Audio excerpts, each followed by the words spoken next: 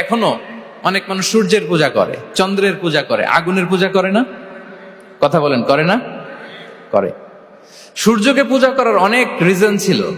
আমি ভেবে দেখেছি যে সূর্যকে মানুষ কেন পূজা করতে, এর কারণ বাহ্যিক দৃষ্টিতে সূর্যই সবচেয়ে শক্তিশালী। সূর্যের চেয়ে শক্তিশালী কিছু আর পৃথিবীতে দেখা যায় না। আর সূর্যের আলো ছাড়া পৃথিবীতে কেউ বাঁচেও না। মানুষের যে হার্ট অ্যাটাক করে, স্ট্রোক করে, বা আমাদের মুরব্বীদের অনেকের যে পায়ে ব্যথা, কোমরে ব্যথা, এটা কিন্তু রাতে বেশি হয়, জানেন? রাতের সাথে রোগের একটা সম্পর্ক আছে। এর কারণ রাতের বেলায় সূর্যের আলো নাই, ফলে মানুষ অসুস্থ হয় বেশি। এই কারণে প্রাচীন কাল থেকে মানুষ সূর্যের পূজা করত। আল্লাহ নবী ইব্রাহিম আলাইহিস সালাম, উনিও প্রথমে ভেবেছিলেন তারাই কি আমার রব, চাঁদই কি আমার রব, সূর্যই কি আমার রব। ভাবতে ভাবতে তিনি মহাসত্যের সন্ধান পেয়েছেন।